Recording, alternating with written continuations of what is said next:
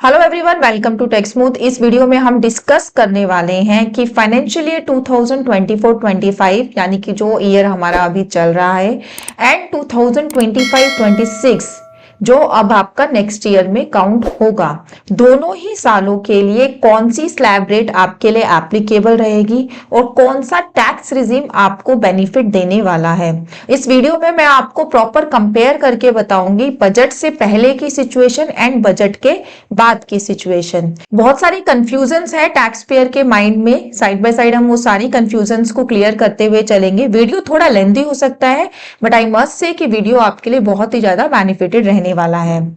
सो चलिए सबसे पहले हम बात करते हैं कि बजट के बाद जो नए स्लैब रेट्स आए हैं वो क्या है और वो कौन सी असेसमेंट ईयर के लिए आपको एप्लीकेबल होने वाले हैं। जो नया स्लैब रेट आया है आपको भी पता है, सिर्फ और सिर्फ न्यू टैक्स रिजीम के लिए है। वो ओल्ड टैक्स रिजीम में कोई भी चेंज नहीं लाया गया है। ऐसा नहीं है कि ओल्ड टैक्स रिजीम अबॉलिश हो गई है, आप उसको यूज नहीं कर सकते, आप उसको ऑप्ट नहीं कर सकते। ओल्ड टैक्स रिजीम आप ऑप्ट कर सकते हैं, अभी अबॉलिश नहीं किया गया है, बट उसमें किसी भी तरीके का कोई चेंज नहीं देखा जा रहा है पिछले 2-3 बजट से।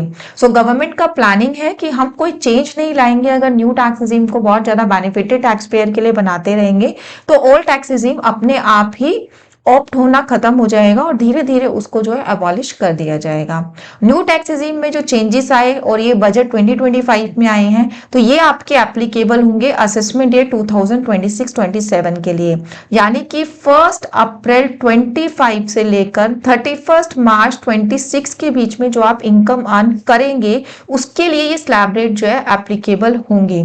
और जो आप अब इस साल में 1 अप्रैल 2024 से 31 मार्च 2025 के बीच में अर्न कर चुके हैं वो आपके जो रेट्स होंगे वो एप्लीकेबल होंगे जो लास्ट बजट 2024 में अनाउंस किए गए थे, वो बजट के रेट्स, वो भी अभी हम डिस्कस करेंगे। इस बजट में जो नया स्लैब रेट आया सबके लिए बहुत ही ज्यादा बेनिफिटेड था। 12 लाख रुपीस तक आपको कोई टैक्स देने की जरूरत नहीं है और अगर आप सैलरीड है, पेंशनर है तो ये लिमिट आपके लिए बढ़कर हो जाती है 12,75,000। 12,75,000 आपके लिए क्यों हो जाती है? क्योंकि 75,000 की मिलती है standard deduction under new tax regime और स्टैंडर्ड डिडक्शन हमें मिलती है ऑन सैलरी इनकम या फिर पेंशन इनकम पर। तो इसलिए जो लोग सैलरीड है, पेंशनर है, उनको 75,000 की एक्स्ट्रा रिबेट मिलेगी और टोटल इनकम उनकी 12,75,000 की होने वाली है tax exempt. New tax regime के जो स्लैब रेट्स हैं वो है आपके 4 लाख रुपीस तक आपको कोई टैक्स पे नहीं करना, 4 to 8 के बीच में आपको 5% टैक्स पे करना है। अगर मैं वैल्यू टर्म्स में देखूं तो यहाँ पर आप 4 का टेबल देखने को मिलेगा आपको और 4 के गैप्स में जो है रेट को चेंज किया गया है।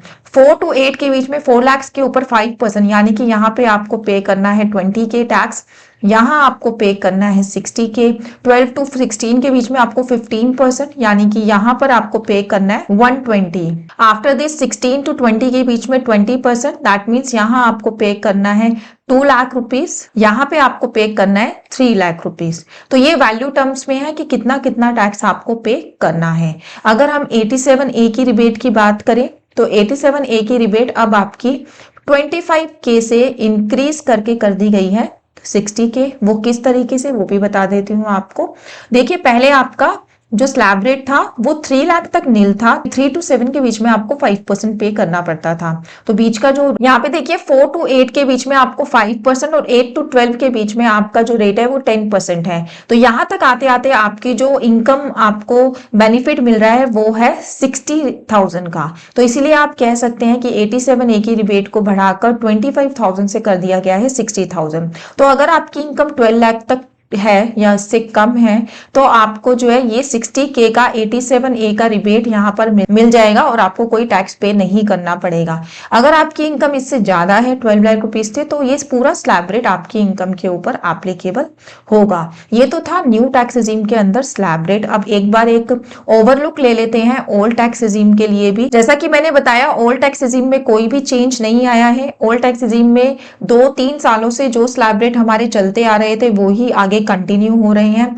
ओल्ड टैक्स रिजीम की अगर हम बात करें तो जो नॉर्मल स्लैब रेट है उसमें है कि 250 तक आपको कोई टैक्स पे नहीं करना, 250 से 5 लाख के बीच में 5%, 5 से 10 के बीच में 20% और 10 लाख से ऊपर आपको पे करना होता है 30% टैक्स। वेयर एज जो अभी न्यू टैक्स रिजीम का आया है वहां पर है कि 24 लाख के ऊपर आपको 30% टैक्स पे करना होगा। So there is a gap of 14 lakh rupees. यहाँ पे जो है 14 लाख का डिफरेंस आ गया कि जहां आपको ओल्ड टैक्स रिजीम में 10 लाख से ऊपर 30% टैक्स पे करना है, वहीं आपको न्यू टैक्स रिजीम में जो है 24 लाख के ऊपर आपको पे करना है 30% टैक्स।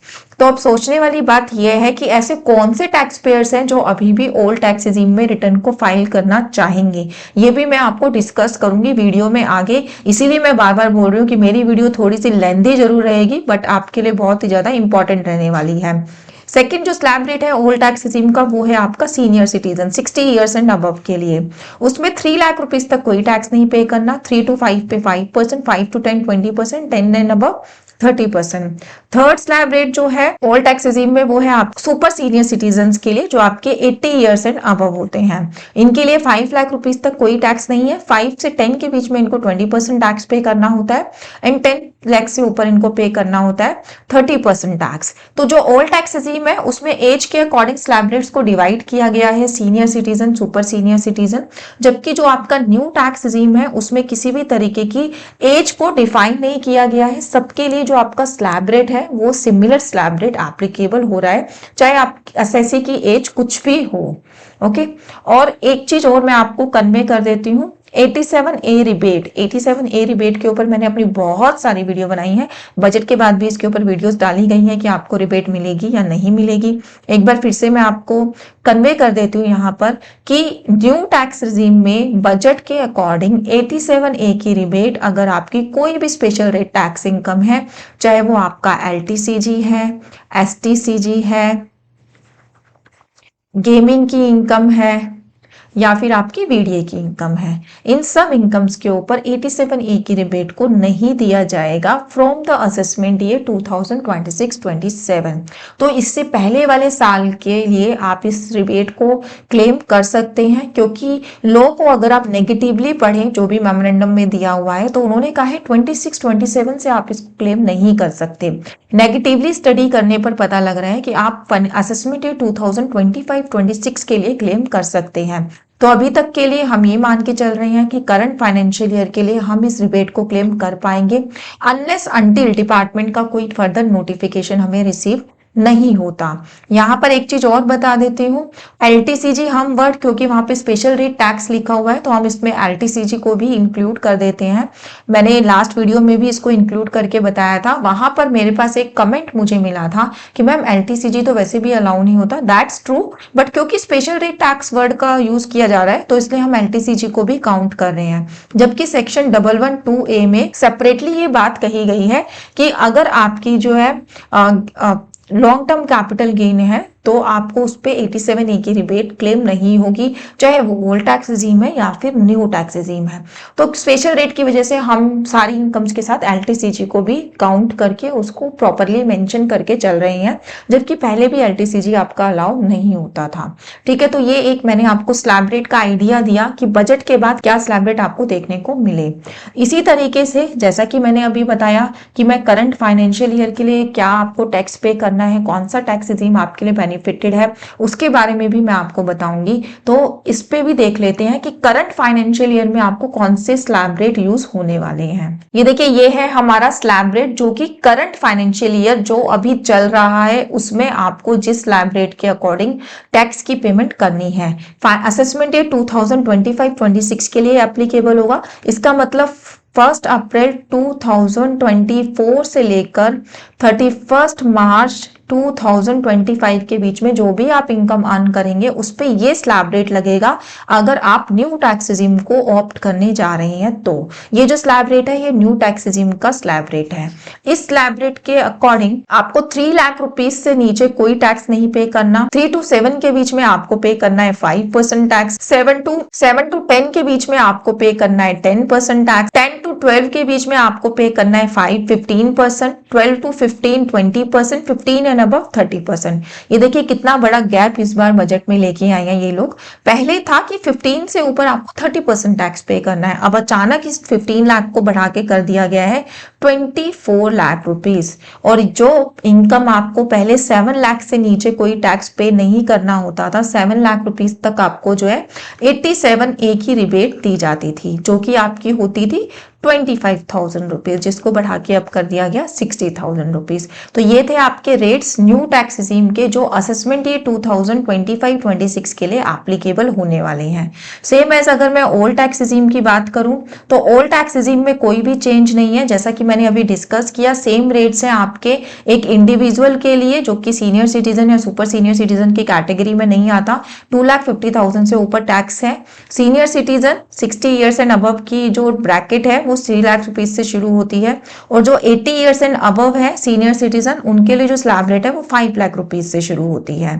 और 87A की रिबेट की अगर हम बात करें तो लॉ में कहीं पर भी मेंशन नहीं है कि फाइनेंशियल ईयर 2024-25 के लिए 87A की rebate special rate tax income वालों को मिलेगी या फिर नहीं मिलेगी, क्योंकि लॉ में कहीं मेंशन नहीं है, कहीं पे मना नहीं किया हुआ कि नहीं मिलेगी। तो मेरा मानना यह है कि आप इस साल के लिए उसको अवेल कर सकते हैं। सिर्फ एक LTCG है जिसके लिए आप अवेल नहीं कर पाएंगे under both the tax regime, क्योंकि LTCG में सेक्शन 112A में अपने आप में ये बात कही गई है कि अगर आपका कोई कैपिटल गेन होता है तो आप 87A की रिबेट को उसके अगेंस्ट यूज नहीं कर पाएंगे। तो ये एक मैंने आपको ब्रीफ दिया कि क्या क्या स्लैब रेट आपके रहने वाले हैं दोनों ही फाइनेंशियल ईयर में।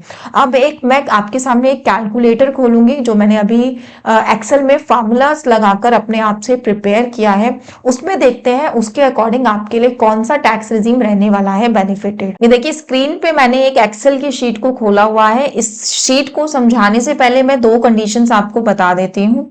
नंबर 1, इसमें मैंने 50 लाख रुपीस तक की इनकम को काउंट किया है। 50 लाख से ऊपर मैंने जो सरचार्ज वाला पोर्शन है वो भी इस शीट में क्लब नहीं किया है। ये जस्ट आपकी अंडरस्टैंडिंग के लिए है कि कौन सा टैक्स रिजीम आपको बेनिफिट देगा और पिछले साल के कंपैरेटिव जो अब बजट आया है उसमें आपको कितना टैक्स सेव होने वाला है। नंबर 2, 87A की रिबेट जो कि स्पेशल रेट टैक्स वालों को नहीं मिलेगी बजट के बाद, उसका कहीं पर इफेक्ट इसमें नहीं है। उसके लिए मैं एक सेपरेट वीडियो आप लोगों के लिए बनाने वाली हूँ कि 87A की रिबेट को आपको कैसे कैलकुलेट करना है, और 87A की रिबेट अगर क्लेम करना चाहते हैं आप तो कौन सा आपको रिजीम सिलेक्ट करना चाहिए, क्योंकि उस केस में बहुत सारे लोग ऐसे हैं अगर उनकी 5 लाख से नीचे की इनकम है तो उनको और टैक्स रिजीम में अपनी रिटर्न को फाइल करना चाहिए, अगर वो किसी भी तरीके की डिबेट में अपने आप को नहीं डालना चाहते हैं। तो अब बात करते हैं इस कैलकुलेटर की। यहाँ पे मैंने 2 असेसमेंट ईयर रखे हैं। असेसमेंट ईयर 2025-26 यानी कि जो अब रेट आपके लिए एप्लीकेबल होगा, और असेसमेंट ईयर 2026-27 ये है आपका बजट के अकॉर्डिंग, जो अभी बजट आया है उसका क्या इंपैक्ट रहेगा जब आप नेक्स्ट ईयर की रिटर्न को फाइल करेंगे उसके लिए। ओके, यहाँ पर मैंने जो इनकम है वो इक्वल इनकम रखी है, इसको हम चेंज भी कर करके देखेंगे। सबसे पहले ओल्ड टैक्स रिजीम को समझ लेते हैं। ओल्ड टैक्स रिजीम में सभी तरीके की डिडक्शंस आपको अलाउ होती है। मैंने इसमें कुछ डिडक्शंस डाली भी है, जैसे कि स्टैंडर्ड डिडक्शन मैंने आपको 50,000 की दी है। ओल्ड टैक्स रिजीम में जो डिडक्शन मिलती है आपको 50,000 मिलती है। न्यू टैक्स रिजीम में पहले 50 थी बट बजट 2024 में इसको बढ़ाकर कर दिया गया था 75,000। तो इस बार की जब आप रिटर्न फाइल करेंगे तो आपको 75,000 की रिडक्शन मिलने वाली है। HRA मैंने इसमें मेंशन नहीं किया है, अगर आप अवेल करते हैं तो आप इसमें उस फिगर को डाल के अपने टैक्स को कैलकुलेट कर सकते हैं। मैं इस एक्सेल का लिंक अपनी वीडियो के नीचे डिस्क्रिप्शन बॉक्स में मेंशन करने वाली हूँ। फिर ATC की मैंने मैक्सिमम रिबेट भी यहाँ पे दे दी है। 80CCD 1B एम्प्लॉयर का जो NPS में कॉन्ट्रीब्यूशन होता है उससे रिलेटेड सेक्शन है। ये एक ऐसा सेक्शन 80CCD 1B जो आपको अलग से 50,000 की रिबेट मिलती है वो यहाँ पे आप डाल सकते हैं। Health insurance, self and spouse parents, जितने भी इंश्योरेंस का है वो भी आप इसमें अलग से ले सकते हैं। होम लोन का इंटरेस्ट भी मैंने मैक्सिमम इसमें डाला हुआ है। एनी अदर डिडक्शन मैंने इसमें डाल दिया। ठीक है, सेम एज अगर मैं न्यू टैक्स रिजीम की बात करूं तो कोई भी टैक्स रिबेट यहाँ पर आपको अलाउ नहीं होती है, सिर्फ एक रिबेट आपको अलाउ होती है, वो है आपकी 80CCD 2। अगर आप चाहें तो 80CCD 2 को यहाँ पे डाल के अपने फॉर्मूलास को उसके अकॉर्डिंग चेंज कर सकते हैं। तो new tax regime assessment year 26-27 में भी सेम ही मैंने यहाँ पे पैरामीटर्स डाले हुए हैं। राइट नाउ मैंने जो इसमें इनकम डाली है वो मैंने ऐसे ही गेस वर्क के लिए 24,75,000 की इनकम डाली। 24,75,000 की मैंने इनकम यहाँ पे इसलिए डाली है अभी फर्स्ट इंस्टेंस में, क्योंकि बजट के अकॉर्डिंग 24 लाख के ऊपर आपको 30% टैक्स पे करना है under new tax regime, okay. और 75,000 मैंने इसमें डाला है क्योंकि मैंने यहाँ पे स्टैंडर्ड डिडक्शन दिखाया है 75,000 रुपीज। अगर आपकी सैलरी से या पेंशन से इनकम है तो वो स्टैंडर्ड डिडक्शन भी आपको मिलने वाली है। ये फिगर यहाँ डालने का क्या मोटिव है मेरा, क्योंकि बजट में 3 इनकम के बारे में बोला गया था, 3 इनकम्स उन्होंने बोली थी कि अगर आपकी 12 लाख इनकम है तो आपको 60,000 रुपीज सेव होगा, अगर आपकी जो है 18 लाख इनकम है तो आपको 70,000 इनकम सेव टैक्स सेव होगा, अगर आपकी 24 लाख इनकम है तो आपको सेव होगा 1,10,000 रुपीज। तो तीनों ही पैरामीटर्स में डाल के मैं आपको दिखाऊंगी कि वो उन्होंने ऐसी बात क्यों कही, ठीक है। तो मैंने 24,75,000 डाल लिया अपना हायर इनकम का स्लैब, 75,000 ऐड इसलिए किया क्योंकि वो अभी नीचे लेस हो जाएगा standard as a standard deduction, okay. तो अगर आप ओल्ड टैक्स रेजिम में करंट असेसमेंट ईयर की बात करते हैं तो आपको पे करना होगा टैक्स 4,52,400 रुपीज, अगर आप डिडक्शन क्लेम कर रहे हैं 4 लाख रुपीज तक की। ये डिडक्शन आपकी बढ़ भी सकती है, लेट सपोज आपका जो HR है वो 3 लाख रुपीज का है, ठीक है, वो आप डाल दीजिए। अब आपको पे करना है 3,58,800 रुपीज, जबकि न्यू टैक्स रेजिम में सेम इनकम के ऊपर आपको टैक्स पे करना है 4,26,400 रुपीज। तो अब आपके लिए कौन सी टैक्स रेजिम बेनिफिटेड है, आपको ओल्ड के अकॉर्डिंग अपना टैक्स पे करना चाहिए असेसमेंट ईयर 2025-26 के लिए।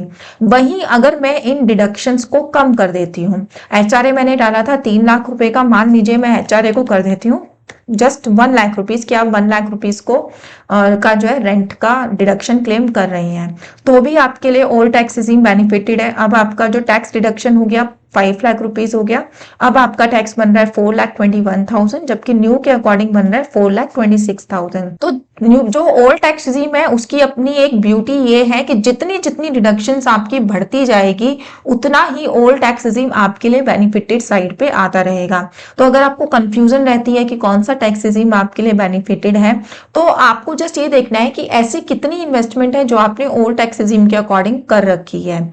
अगर आपने अपनी ज्यादा से ज्यादा इन्वेस्टमेंट करके जितनी भी आप अवेल कर सकते हैं वो सब कर रखे हैं, पर्क्स आप सारे यूज कर रहे हैं, तो हो सकता है कि आपके लिए करंट फाइनेंशियल ईयर के लिए ओल्ड टैक्स रेजिम बेनिफिटेड हो।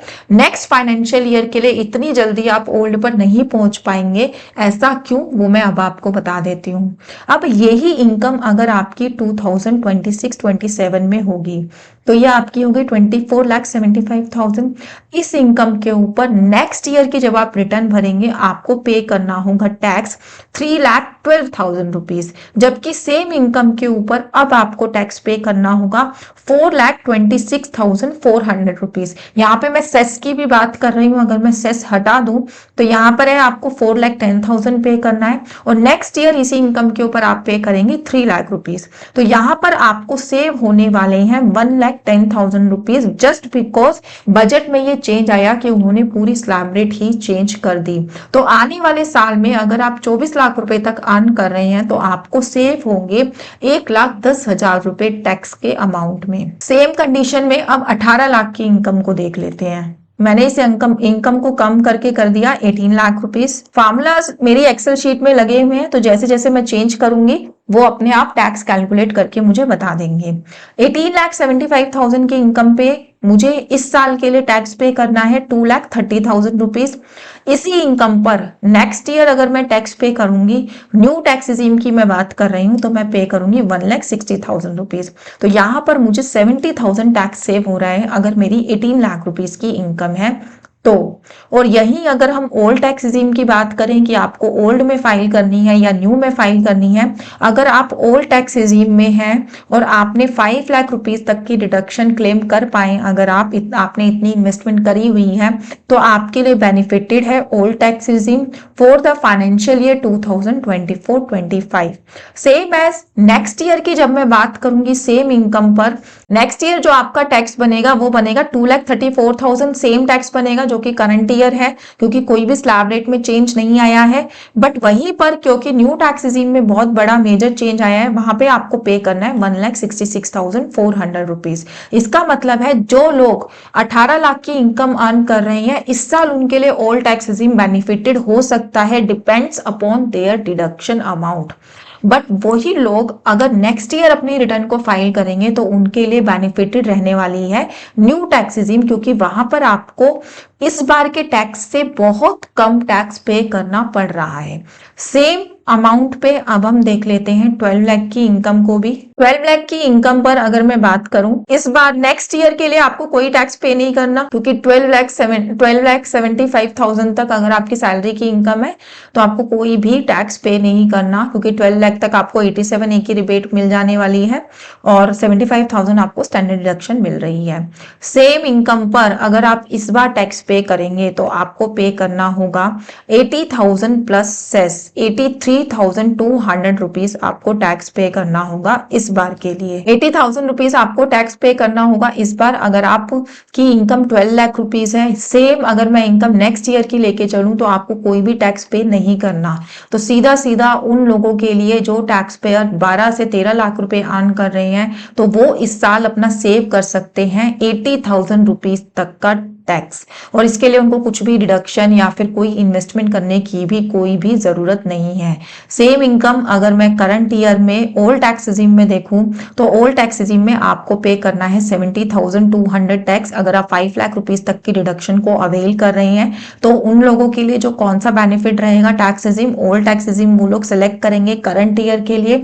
और नेक्स्ट ईयर के लिए क्योंकि न्यू टैक्स रिजीम में उनको कोई भी टैक्स पे नहीं करना, ओल्ड में उनको 70,200 पे करना है, तो वो शिफ्ट हो जाएंगे न्यू टैक्स रिजीम में। अब एक हायर स्लैब ले लेते हैं कि कितना टैक्स पे करना होगा उनको अगर उनकी 40 लाख रुपए की इनकम होगी। तो ये देखिए 40 लाख रुपीस की इनकम पर अगर आप नेक्स्ट ईयर टैक्स पे करेंगे, बजट के बाद वाली स्लैब की अगर मैं बात करूं तो आप पे करेंगे 7,80,000 रुपीज। उसी इनकम पर अगर आप आज टैक्स देने बैठेंगे तो आपको पे करना है 8,90,000 रुपीज। तो आपको यहाँ पे सेव हो रहे हैं बजट में जो चेंज आया है उसकी वजह से 1,10,000 rupees overall on income of 40 lakh rupees. Same as अगर मैं ओल्ड टैक्स रिजीम की बात करूं, करंट फाइनेंशियल ईयर में कौन सा टैक्स रिजीम आपके लिए बेनिफिटेड रहने वाला है 40 लाख की इनकम पर। अगर आपकी जो डिडक्शन है वो 5 लाख रुपीज तक है तो 40 लाख की इनकम पर भी आपके लिए बेनिफिटेड साइड रहेगी कि आप ओल्ड टैक्स रिजीम को सिलेक्ट करें, क्योंकि आपको वहां पे 5,000 रुपीज का टैक्स कम पे करना पड़ रहा है उसी। और अगर मैं न्यू टैक्स रिजीम की बात करूं करंट ईयर के लिए आपको पे करना होगा 8,90,000 rupees. Same as next year के लिए ओल्ड टैक्स रिजीम में आपको पे करना है ज्यादा टैक्स, न्यू में आपको पे करना है कम टैक्स। तो नेक्स्ट ईयर के लिए आपके लिए न्यू टैक्स रिजीम बेनिफिटेड है 40 लाख की इनकम पर भी, और करंट ईयर के लिए आपके लिए 40 लाख की इनकम पर अगर आपकी 5 लाख रुपीज की डिडक्शंस है तो ओल्ड टैक्स रिजीम आपके लिए बेनिफिटेड साइड रहने वाली है। तो अगर मैं एक ब्रेक इवन आपको बताऊं तो असेसमेंट ईयर 2025-26 का 5 लाख रुपीस की डिडक्शन पर जो ब्रेक इवन पॉइंट आता है वो आपका 40 to 45 लाख की इनकम आ रही है कि 40 to 45 लाख की इनकम से पहले आप फिर भी सोच सकते हैं कि आपके लिए ओल्ड टैक्स रिजीम बेनिफिटेड है, बट उसके बाद 90% चांसेस है कि आपके लिए न्यू टैक्स रिजीम ही बेनिफिटेड हो। यहाँ पर मैं बार बार बोल रही हूँ डिडक्शंस का ही सारा रोल है, जितनी आपकी डिडक्शंस होगी उतना आपके लिए ओल्ड टैक्स रिजीम बेनिफिटेड रहेगी। बट यही अगर मैं नेक्स्ट ईयर की बात करूं, क्योंकि जो स्लैब रेट है वो इतने अच्छे स्लैब रेट मिल गए हैं हमें न्यू टैक्स रिजीम में, तो वहां पर अगर आपकी रिडक्शंस थोड़ी बहुत बढ़ भी जाती है फिर भी आपके लिए न्यू टैक्स रिजीम ही बेनिफिटेड साइड रहने वाली है। इस साल के लिए 5 लाख की रिडक्शन पर आपका ब्रेक इवन आ गया है 40 to 45 lakh income. Next year के लिए एक बार ब्रेक इवन अगर हम कैलकुलेट करें, फ्रैंकली स्पीकिंग मैंने भी अभी तक कैलकुलेट करके नहीं देखा है कि 5 लाख की ही डिडक्शन पर आपका ब्रेक इवन कितना आता है। मैंने बहुत सारे इनकम यहाँ पे डाल डाल के देखी है आने वाले साल के लिए, तो यहाँ पर ज्यादातर इनकम्स पे आपका न्यू टैक्स रिजीम ही बेनिफिटेड साइड बैठ रहा है।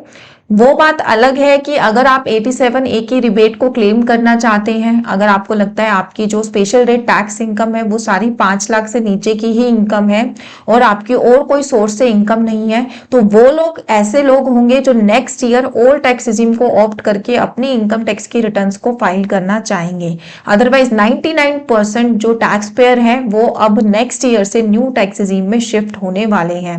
ये था मेरा छोटा सा क्रक्स कि आने वाले साल में कौन सा टैक्स रिजीम आपके लिए बेनिफिटेड रहने वाला है और असेसमेंट डेट 2026-27 को अगर मैं कंपेयर करूं तो कितना बेनिफिट आपको गवर्नमेंट ने दे दिया है इस बजट 2025 के बाद। होपफुली मैंने अपने सारे पॉइंट्स यहाँ पे कवर कर लिए होंगे। 87A की रिबेट को आपको कैसे कैलकुलेट करना है और कौन सी रिटर्न फाइल करनी है, इसके लिए मैं आपके लिए एक नेक्स्ट वीडियो जरूर लेके आने वाली हूँ।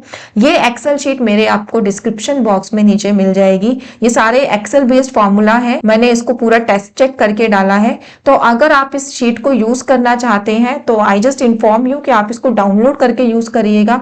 ऑनलाइन जहां पे मेरी एक्सेल शीट सेव है वहीं पर मत वर्किंग करिएगा, हो सकता है कि फार्मूलाज हिल सकते हैं मेरे जो भी नेक्स्ट व्यूअर हैं अगर वो इस शीट को देखना चाहते हैं तो। ये थी मेरी डिटेल्ड वीडियो आपकी इनकम कंपैरिजन और टैक्स कंपैरिजन से रिलेटेड। वीडियो पसंद आई हो तो अभी वीडियो को लाइक कर दीजिए और टैक्समूथ को सब्सक्राइब कर दीजिए। अगर आपके कोई कमेंट्स है इस वीडियो से रिलेटेड, कोई आपकी क्वेरी है तो आप नीचे कमेंट सेक्शन में डाल के हमसे पूछ सकते हैं। Thank you so much for watching this video. Thanks a lot.